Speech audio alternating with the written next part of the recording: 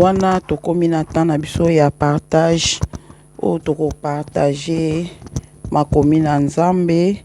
Bandeko nyonso o bozolanda biso bofongola ba Bible na bino. Tozo partager na mukanda ya Jonas. Mukanda ya Jonas chapitre 3. Totanga chapitre 3 mubimba. Jonas chapitre 3. Donc il bandi na chapitre 3 mubimba. Et ce qui na combien?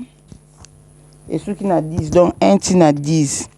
Jonas chapitre 3 verset 1 tina 10.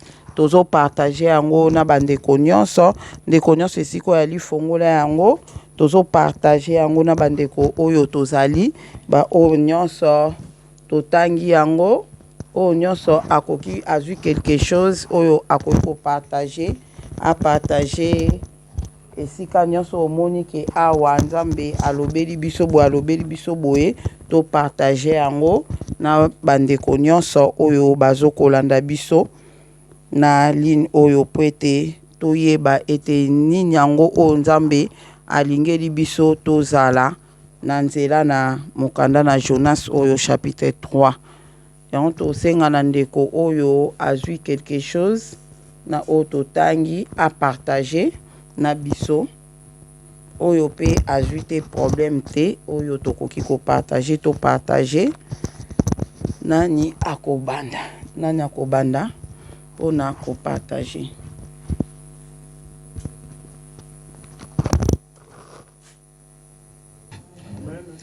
Nazo partager na livre ya Jonas 3 mais na lingina ça la récapitulative par rapport ya livre à Jonas azali prophète oyo Nzambe atindaki na mboka ya Ninive po akendo te ya sango malamu parce que Nzambe amonaki masumu ya bato ya Ninive elekaki mingi aponaki moto atinda.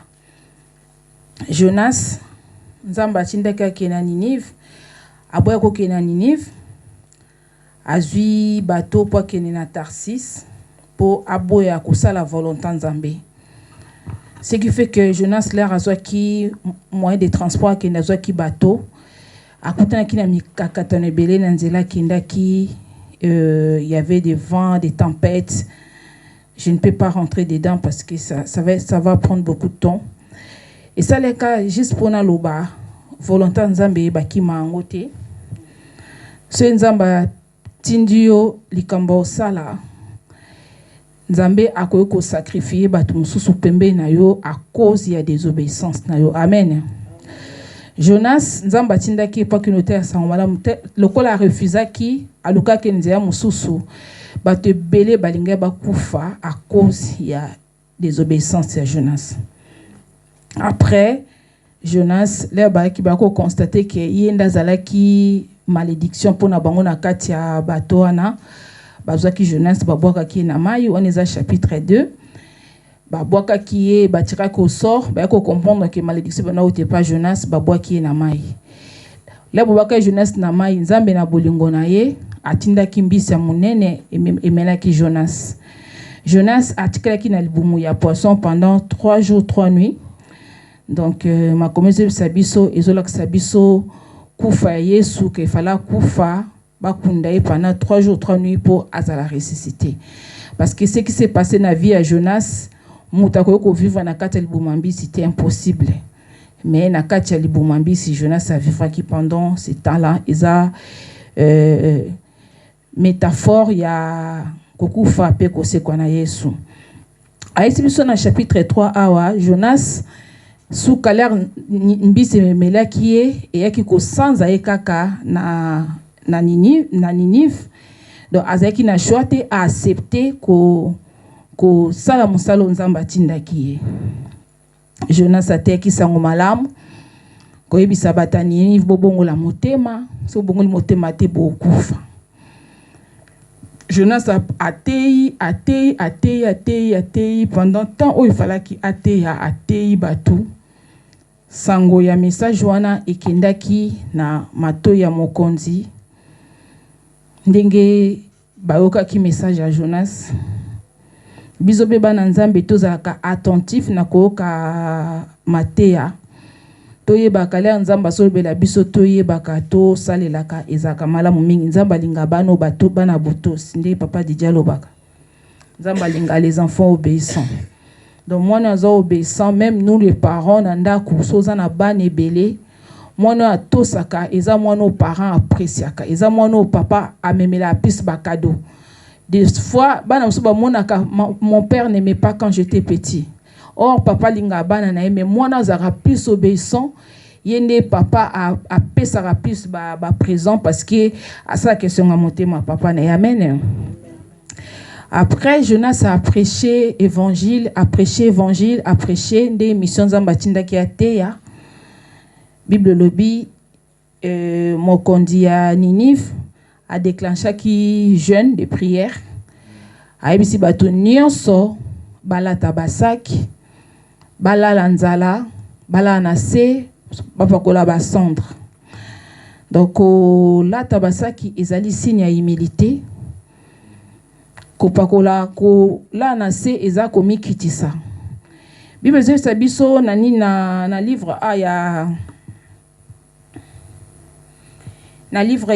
il y a 1 roi 21, 27 à 29. Bon parler biso histoire ya roi Akab na Jézabel. Donc, on va parler sur les champs de Naboth. Il y avait une famille qui vivait à côté du roi Akab, et Jézabel.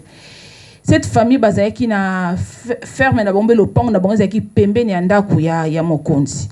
Alors le roi Akab a envié qui chana alinga qui mutuana tekela e chana, mais ce monsieur n'a pas voulu vendre parce qu'il a héritage à famille na bango. Ce qui fait que a proposé bambongo ya booteka akeko ebisa moi si na Jézabel il est rentré chez lui azaki triste moi si na tunebi pourquoi le cœur de Akab est triste ebisi parce qu'il a expliqué ndenge le kaki cette femme elle était tellement méchante yango balobaka esprit à Jézabel c'est un esprit méchante esprit o etinda batna mabe. Moi, souana atindi basali ba kende ba bomi libota na nyonso tu po bazwa chaya na bot. Après apesi ngo pa mobali na ye se peli menzambe na bolingo na ye atinda ki mosakoli aya ko ebisa Akab par rapport ya conduite na ye ndenge asalaki. Nzamba se pe na ngote ndongo sala e boy. Nzamba pese bango punition makasi par rapport ya liwa ya libotana. Nzamba baki moi sino kokufa donc famille ya Akab fallait ba kufa ba kufa libanda mboka bambua bakolia bino bat baolela binote donc à cause ya lisumu o basalaki malédiction la ndaye bango yango biso bana nzambe ndi to bondela to kuma koyeba na kati quand tu pries to senga toujours nzambe a effacer ba conséquences à masumu na biso c'est très important parce que nzamba ko limbisa yo mais conséquences à masumu et ko tika après. Mais en autre senga tout le temps que Dieu nous pardonne et a effacé les conséquences à Massoum. Donc Naboth est plutôt Akab abondela kinzambe ami kitisaki alela kinzambe nzamba limbisaki Akab maibisaki e malédiction o alingaki osale pa na e conséquence à Massoum wana bana naende ba ofutango ye alimbisamaki. Donc voilà raison pour laquelle to bondela kato senga nzambe a effacé les conséquences à Massoum na biso. Alors le roi de Ninive a déclenché jeûne, babondeli, nzambe na bolingo na ye loko aza miséricordieux, asenini alimbisi bato Ninive. Donc yango biso toza awa pona ko bondela, kolela ma nzambe, pona mabota na biso, pona bandeko nyonso bazana biso na prière, nzambe alimbisa, nzambe abosana. Amen. Ninive banda ko vivre na masumo e banda ko sepesa nzambe te. Zambatindaki Jonas aya kende goteya Jonas ayaki libosa boyaki boyebi pourquoi raison nini Jonas aboyaki ce tout na nini ça m'a fait rigoler na nini na chapitre 4 alobi Jonas azobonde la lobi c'est là de plus fort à Jonas il fut irrité il implora l'Éternel et dit ah Éternel ne sais pas ce que je disais quand j'étais encore dans mon pays. C'est ce que je voulais prévenir en fuyant à Tarsis. car je savais que tu es un Dieu compatissant et miséricordieux. Là, la colère est riche en bonté et qui se répand du mal. Maintenant, l'Éternel, prends-moi donc dans la vie, car la vie m'est préférable à la mort. Amen. Jonas azaki tellement égoïste. Jonas souci na ezalaki loko nzamba tinda kiye akende ko annoncer que nzamba zoboma Ninive. Posa na ezalaki que Ninive amona Ninive ekufi. Mosakoli loko azaki mosakoli aya prophétiser en quelque sorte pour Jonas alingaki ete prophétie na o alobaki wana ke ekokisama. Mais Nzambe aza Nzamba bolingo. Yango tomona ba message yaka Nzamba ko opesa message na mutu message Nzamba lobi. Mais les gens se disent ah Nzamba lobe makambo ezokokisama te c'est que mutu ana lobe makambo za lokuta. Non. Si les gens se répandent, Dieu se répand aussi. Amen. Nzambe aza, je ne savais, je savais que oza nzamba mawa, oza nzamba me makapasi abatu compatissant, oza miséricordieux, oza la kanama kokende, kanano za kamalembe. Jonas sayebaki yango raison pour laquelle alinga okenotea te. Le cœur de Jonas Nzambe alingi tozana motema anate. Les Nzamba pesi message nous les enfants de Dieu. C'est un message négatif au bon de la kan Nzambe pour Nzambe ce qui moyen zali Nzambe alongola yango pour ekokisama te. Donc Jonas posa na ezaki lokola kaka te kike mokila nini vezo kufa. Na ebite se pe Nzamba lobaka obobango na mai se pe na moto ya beka il faut ka mokilo ekufa. Voilà la nature humaine. Parce que biso bana Nzambe Dieu merci Seigneur apesi biso une partie de lui moté mané kat na biso pona ko okela batu mawa pona ko bondela pona ba problème batu pona ko lela pona mutula royoki aux yeux ngo et salio loko alikambu na yo moko bandolela. Oh, Bible dit Jésus-Christ s'est mis à compassion tout le temps qui ane ko bik sabatu ane ko zo passer batu ana kati na ende guérison bande ko sama. Amen. Donc alors Nzambe na bolingo na ye alinga la kisa Joseph atea Jonas plutôt. Nzamba lingo tea Jonas abimisi moi makasi Jonas azali na sa cabane moboye abombani. Après un certain moment Nzamba ko kolisa plante moya raisin na butuka boye plante ne koli Jonas abombani na se nzete wana. Après un temps Nzambe atindi susu vers des terres et kende et les racines wana nzete wana ekufe peka na butu. Jonas a hérité ce encore pour la nini nzete o ekufi. Nzambe aza tellement merveilleux. Bien-aimé, Nathalie Nino Nabino, Dieu est bon. Nzamba ko silike la Jonas, mais alingi a apprendre Jonas par rapport à conduite nae. Jonas a préféré même à kufa nae pour amonaka village nini vezo bika. Nzoka batuana ba mi kitisi. Alors, si mon peuple qui est invoqué mon nom simili, attitude wana Nzamba lingaka. Yango na sepela mingi na mama de soto bonde bibo fukama. To senga ka bolimbi si na position ya fukama, et ça signe ya humilité. Et ça signe ya kokomi kiti sa liboso Nzambe. Il est le seul qui est assis sur son trône. Donc ce Nzamba va na trône na ye, biso photo za ya ko telema. Ce Nzamba va na trône na ye, biso batu photo za ya ko se prosterner. Donc voilà, et ça signe ya humilité.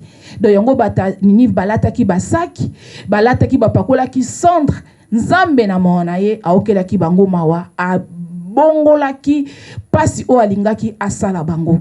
Bible si bisote soki ezalaki fallait bakufa na mai, bakufa na moto, mais alingaki Nzamba alingaki ko exterminer ville Ninive. Jonas irrité. Nzamba amoni Nzamba ebisa bi Jonas. Ozo silika poka kana nzete o ekutu o ebotami kaka na mukolo moko pe kufi. Asiliki na kufa kaka. Donc Nzamba bimisi moi makasi donc et na mutwa Jonas en sorte que Jonas a sengi même liwa bina do prophète na kufa ke na zana bon moi. Vraiment eloko na ngana partager ya mutuya tomi kitsa tango nyoso libosa Nzambe po Nzamba mawa tozabata masumu to rekontra ba faiblesse na biso tomi kitisa komi kitsa ezali bosa Nzambe eza malamu mingi to mona ki batomi balé publicain na ni baye ki bosa ya Nzambe na temple ko bondela samaritain abandé koloba plutôt publicain na mo samaria ba oloba azoloba yi o musazoloba ngai na jenaka des fois na poso na pesaka dim na ngai. Il y avait l'autre qui était un publicain, un païen.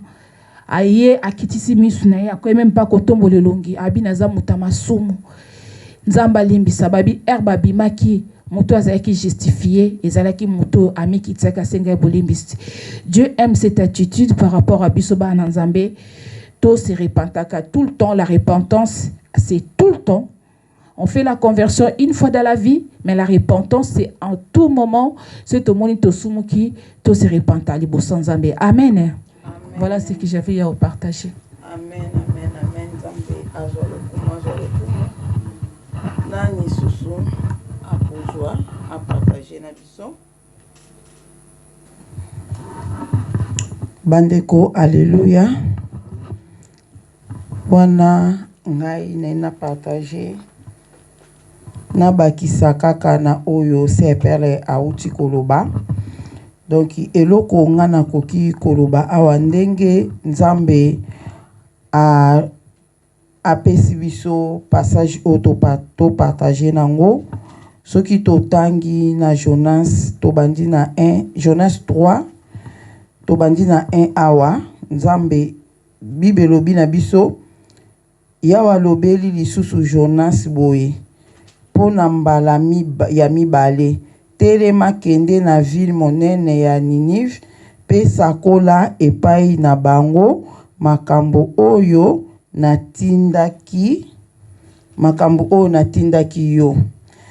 Donc awa na kolobake lokola nzamba lobaki biso moto yebi na likolo nde sepela oto matamo mke na likolo a expliquer ndenge nzamba bandai kotinda Ninive ande kotinda Jonas abandaki koboya yango na 3 baye kolobake yawa lobi lisusu mbala mibale epai ya Jonas. Bongo Jonas a telemaki nzamba ebise kende okende kosakola makambo oyo nga na ebisaki yo na mboka Ninive. Donc eloko na loba awa nzambe soki alingi abikisa batu na ye ndenge Bible lobi na biso nzamba alingaka lisumu te mais alingaka batu masumu.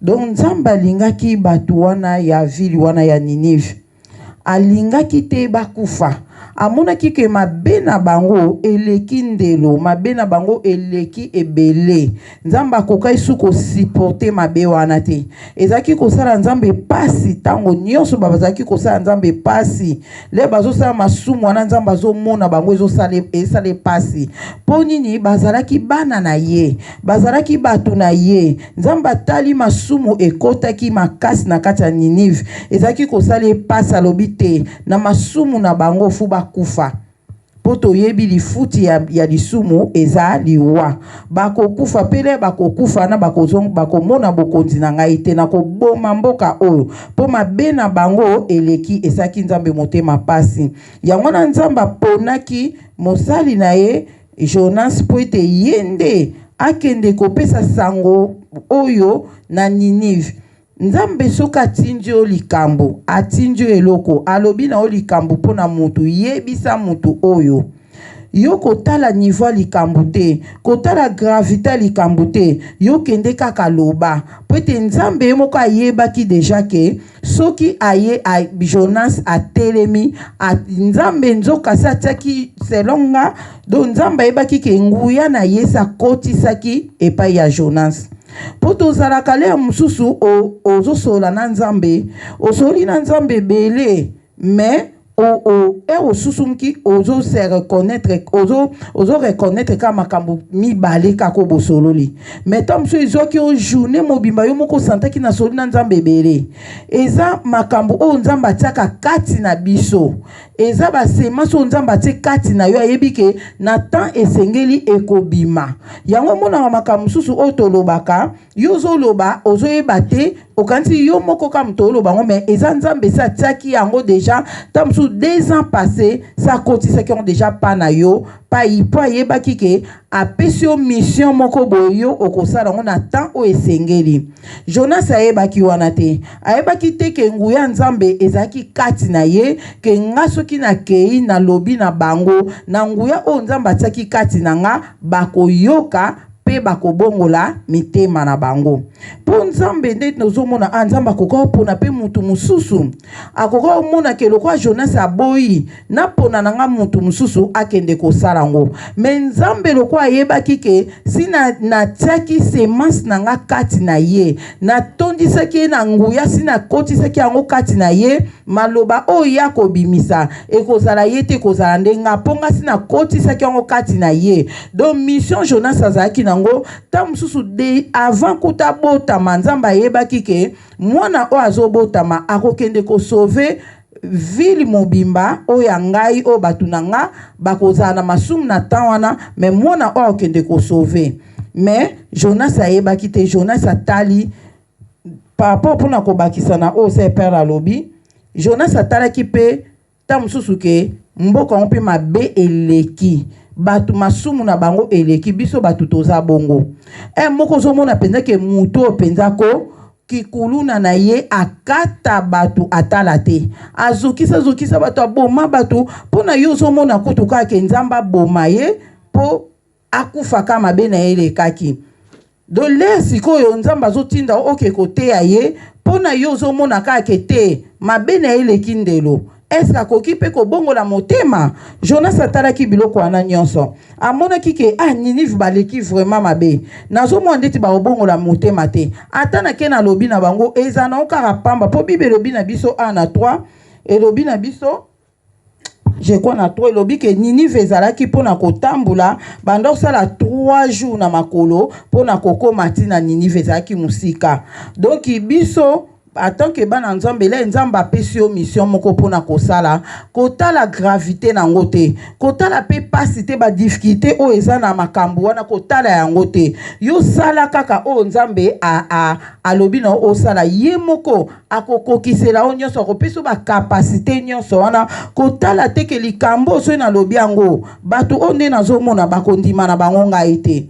Yo sala na oka po Saint-Esprit ako accompagner yo po yende sa tsaki maloba kati na yo yende sa koti saki kati na yo nguya ole yo koloba batu wana bakoyoka yo soko lobi ke ngana koloba te mutu mususu aloba nzamba yebi ke atia yango ta mususu 10 ans passé kati na yo makambo oyo sikoyo le yo zoboya sikoyo nzambe pe akosere yo yango moni makamsu nzamba seraka biso to comprendre te yo moko zotalobi pourquoi pas batu mususu kaka nga nzambe moka yebi ke pourquoi kaka yo nzamba sana batu be na mokili oyo po akokaki pe kolobango tamsu pa mutu moko kaka kuna atalisi bango pe na façon nyonso mais nzamba yebaki kaka ke il faut kaka yo Jonas muto kende ko sala likambo wana yango na ba vie na biso so tozo tala likambo Jonas oyo soki nzamba pesio mission moko sala yango poso ko sali yango te ekoki ko memela pe ba difficulté na vie na yo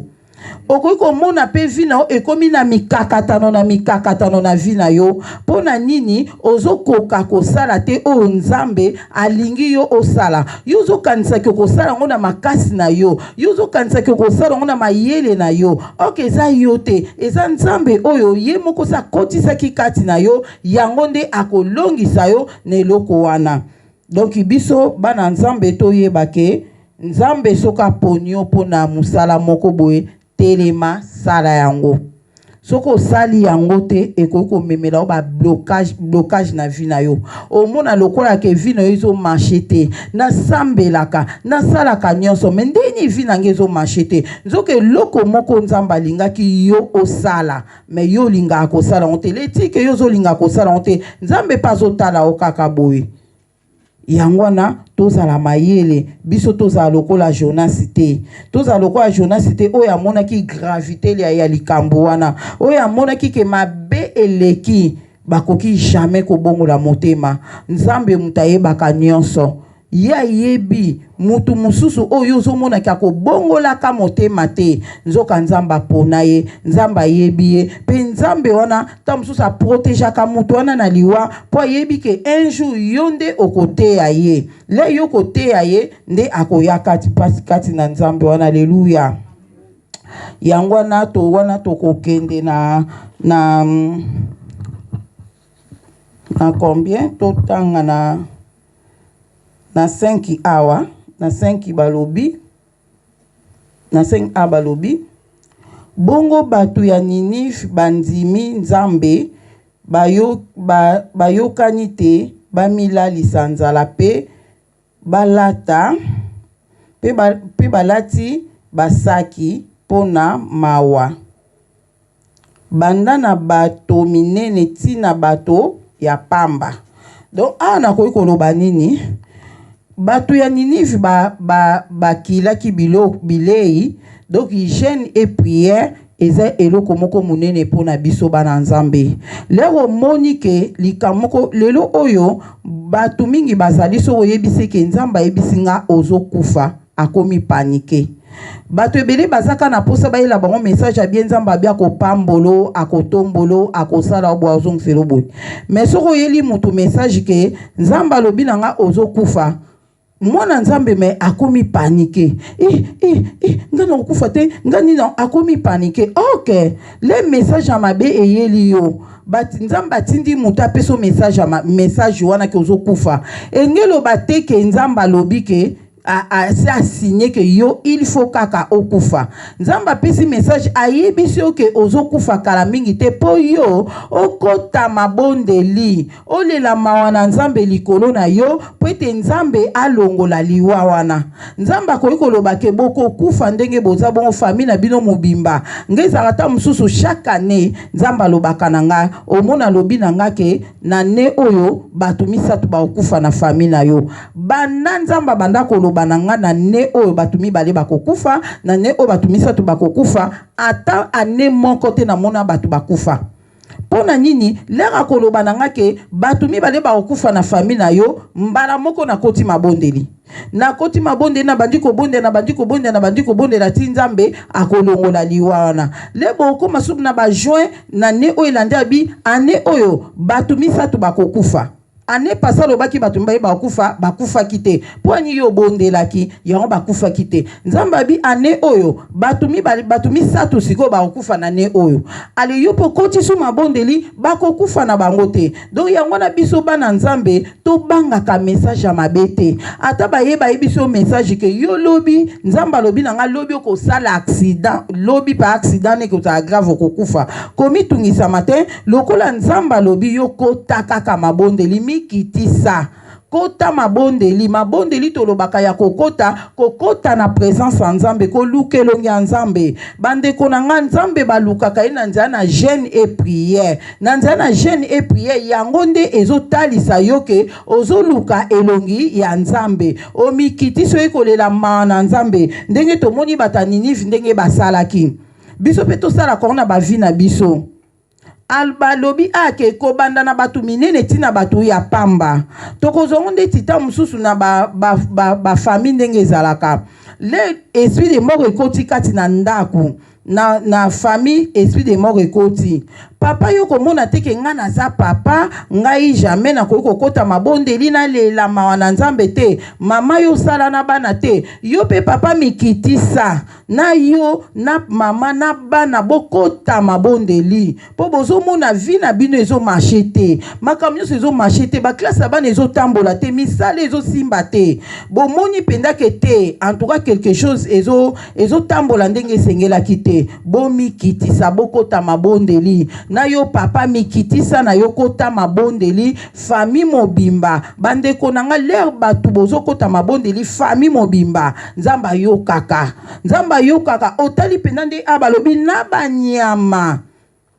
banyama balobaki bapesi bango biloko te na banyama bakolia te bakolata basaki donc yango wana omikitisi bino nyonso bozwi na bana pe ata o baza mike ta mosusu oyebi te nzambe ayoki kaka mpona mwana wana ya 6 ans oyo opesaki biloko te oyebisi ependa ke lelo toza na jeûne et prière okolia kaka ntina 12 heures oyebi ke mwana oyo aza moke akolia kaka ntina 12 heures mwana pe na 10 heures azolela nzala oyebisi te tozobondela asambela loba boye ta mosusu nzambe ayokaki kaka mana Ninive pe mpona kaka pe ndenge kaka basalaki na banyama donc biso pe na bavi na biso il faut tosalaka surtout na bafamille nga nazalaka na famille na ngai soki bitumba etelemi ndeti exemple nde nalobi nzambe alobi ke 3 personnes bakokufa na famille na bino na ne oyo soki ka nayoki bongo naza na bato na famille nango oyo nabengaka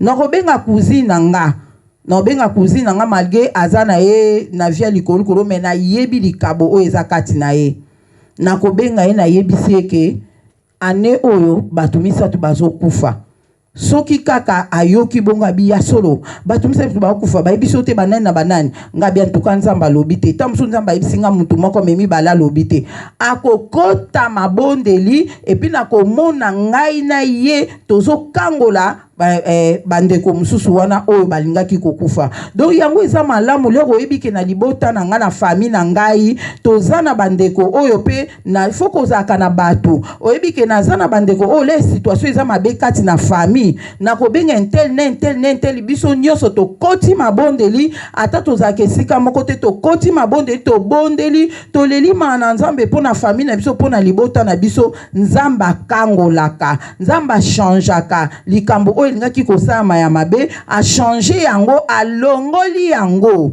bandeko na ngai yango na tozala mayele tozala kaka te tomitikaka na biso kaka nzamba lobi boye likambo boye lobi ba professeur bilit ebele toyoka balobi ke bato bakokufa mibale na famille o pe bato bakufi pona nini bolelaki mana nzambe te bomikitisaki te yango na tozala vraiment bato oyo les situations eza malamu te les messages ebimi ya bien te pona famille pona libota tolelaka mana nzambe tokotaka mabondeli nanzana na jeûne et prière en tout cas nyonso tozomona na Bible awa presque nzamba changeaki circonstance oyo ezalingaki so ya mabe a changer yango comme ya malamu ezalaki kaka na nzela ya jeûne et prière yango nde tokoya koluka elongi na nzambe na nzela nango wana tokomi na sisi tokende na sisi awa na sisi balobi boy balobi tango mokonzi ya Ninive ayokaki sango yango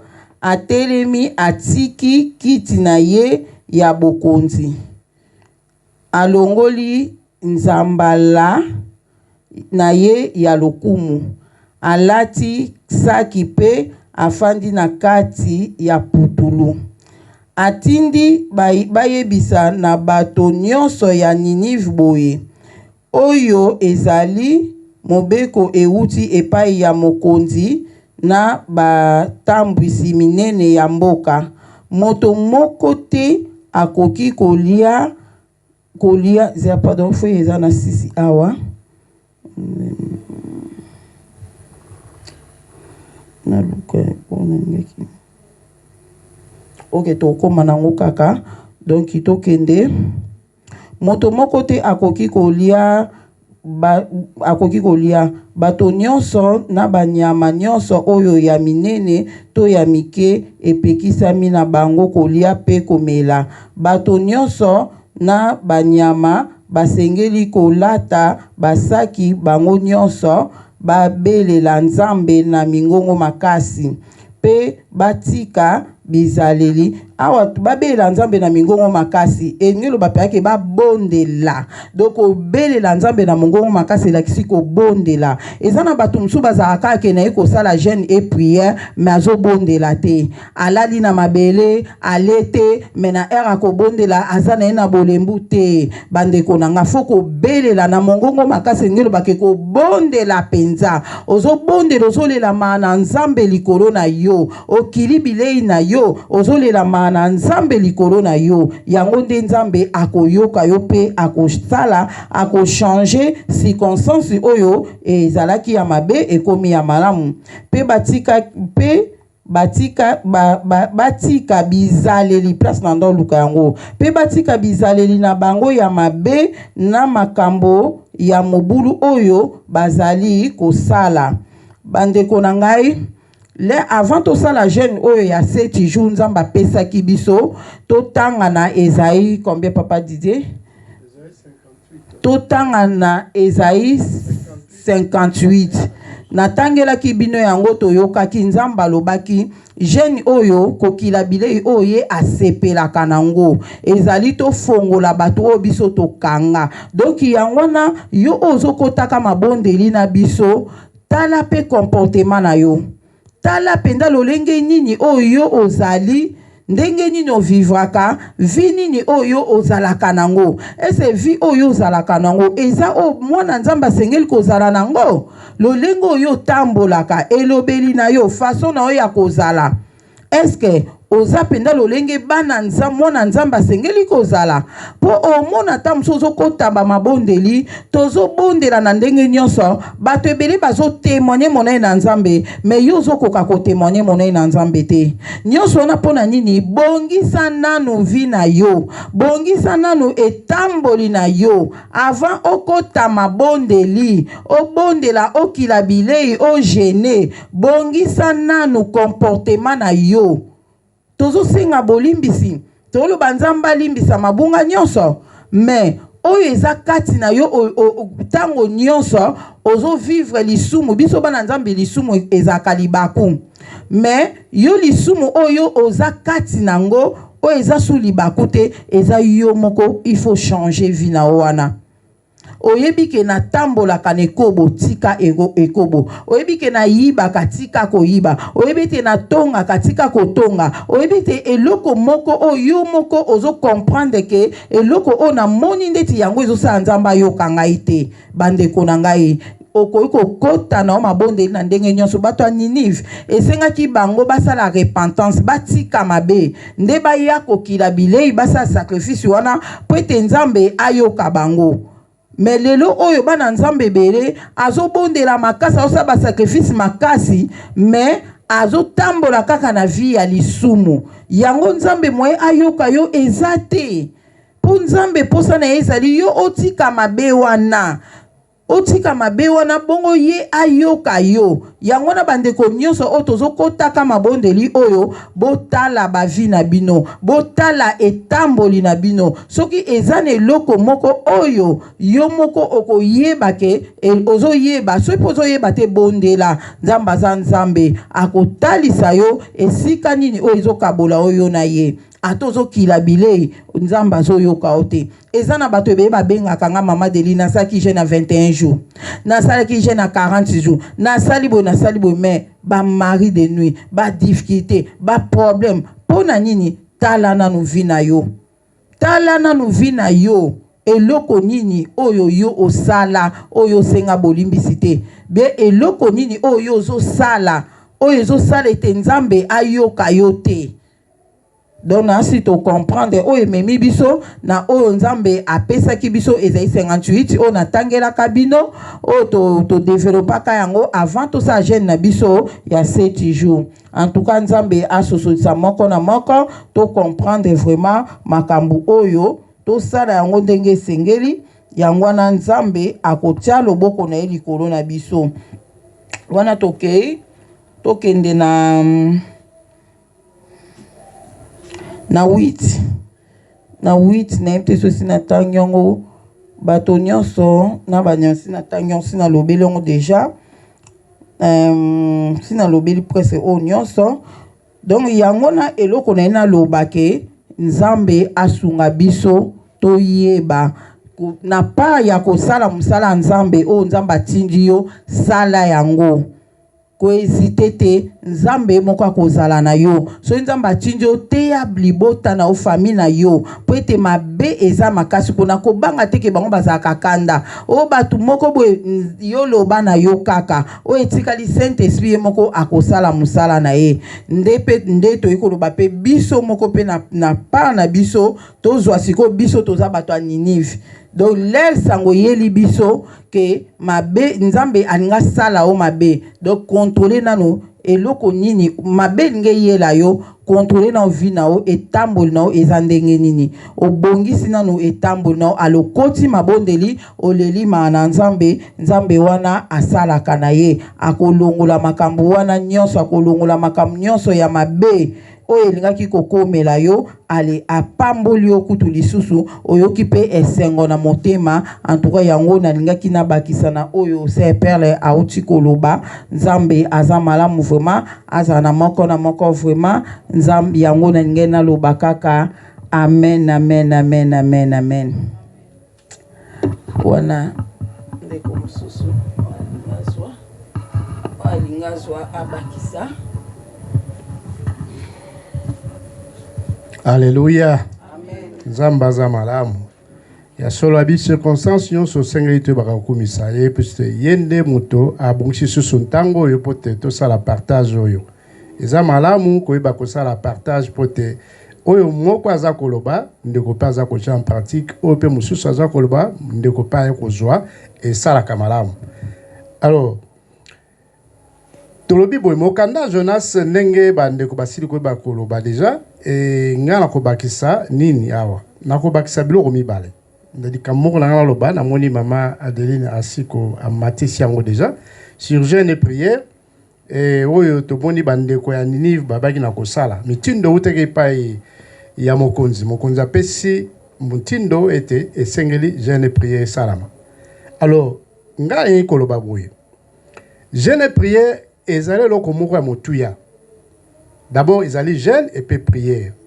Tant que tout ça là, jeûne et sengel malam to accompagnant la prière puisque yango mi balé sur les okende et longola makambo et penza ya mobulu penza korate.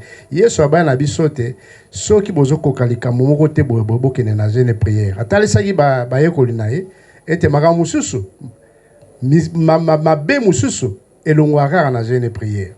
Ya homoni bato yo bien que balimboli nyonso te mena oyo basalaki déjà wana bazotalisa ya solo ezalaki jeûne et prière ba baki na kosala. Alors ça la parallélisme moko entre na verset 5 na 10 na 5 wana bazotalisa biso ete balobi batandini bandimi komila lisanzala bandimi basala oyo mokonzi azoloba na bango donc bakende na jeûne et prière bandimi yango et na 10 tozomona nkolo ayoki mawa pe alimbisi bango na nyonso oyo baki na kosala ya mabe. C'est-à-dire que nzamba atali processus na bango lolenge bango bandimaki maloba wana ke bamila lisanzala baluka elongi ya nzambe kolata saki na ntango na bango et ezalaki signe moko déjà ya koyeba komipesa mpenza na nzambe ke kotika masumu nyonso ya mabe toyoki et bakei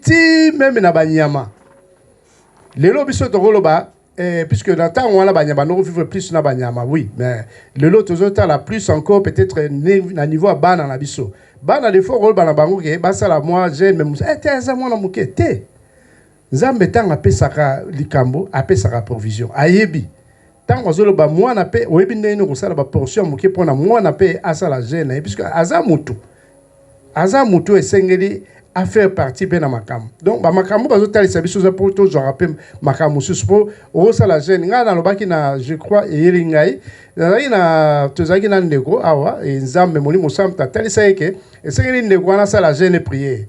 Alors ndeko lobi mais yaza mwana mukete siko tant alobi yaza mwana muke mais lokola malobeza nkolo mutazolo banazo ba kaza mwana muke mais kola lobi ke non asala jeune prière à sec.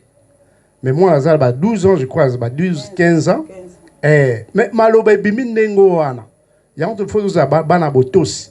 O ebimi yango wana. Nzambe na biso aza nzambe o ayebi makambo. Tango zoloba nengo wana ayebi ke aza mwana abongisi oyo esengeli. Yango ndeko na ngai epa yo poza koyoka. Soki likambo esengeli ke osala jeûne et prière na libota na yo, sala na libota na yo. Kinzamba alobi ote yalinga ne ba jeune te ye penza ye penza ko sambela te lobaka maloba moko ya malamu nzamba ayebi ndenge nini ndeko wana mwana na yo cousin leki akoyeba kokitsama pote asala jeune prière on pone kango la libota eza makamoko très très sérieux et sengeli biso to comprendre surtout zo comprendre te zo kota biso ka botiti alors nazonga la monke le solo ya ndeko tanga le bine ngwala mbala mo pe mulimo la bi yo lokolo yo asala te yo ne muto sala yango mais ezali déjà na moi kanda muke ozomona donc eza bilo mo photo soso la ngo mbala moko to tika molimo santo tanga zo sala likambu to le bakara amen kolo to kokisa alléluia. Donc na passé na deuxième point na ngana loba sur commandement ya kolo esmasia. Kolo esmasia na Matthieu 28 na 18 avant après ça biso mitindo lobite tokende côté ya bato partout dans le monde entier toyeba ko talisa bango le loba na Nzambe.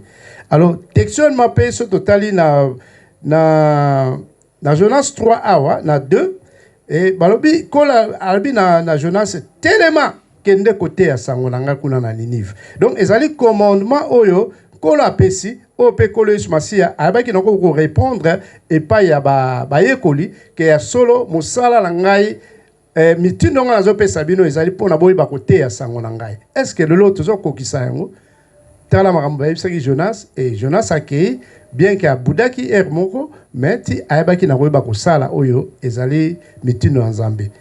Alors biso pe na tango oyo lelo oyo esengeli na biso tozala bana botosi tango bazopesa biso commandement wana parce que Nzambe soka pesi mission apesaka pe provision de konangai ko banga likambo kote soko esengeli okende kosala likambo kote sangwa malamu babe soki na kosolo na bango balinga bani te yo lobaka kaka ndenge bandeko bauti koloba wa yo lobaka kaka oyo Nzambe atindi yo e yenda ebilo lenge nini akoyeba komene likambo kusanga mutako banga te ndeko na ngai loba oyo Nzambe atindi puisque ça part ya mission au collège masi atindi la biso atiki la biso yango sengeli to bakokokisa yango donc yo ndeko soko 8 ans ya koyeba kote ya ndeko pembeni te ya yesangwa malamu et ya teke pona ba difficulté na biso ba problème tozo na yango ke to e baka kobosa na ke mitindo wana pesa mena biso na Matthieu 28 18 avant et sengeli to eba ko salela yango donc voilà na ro bakisame tempe na moni mobile peut-être bandeko ba koyeba ko bakisa allez ah bon ça va merci. Continuer partage na biso après pour na to komi déjà 2h50 to ko continuer yango après pour na bande comme susupe o non balobi te en tout cas Nzambe aza na moko to komi na heure na biso ya prière na biso pour tout ça prier à 3h heure ekoki merci.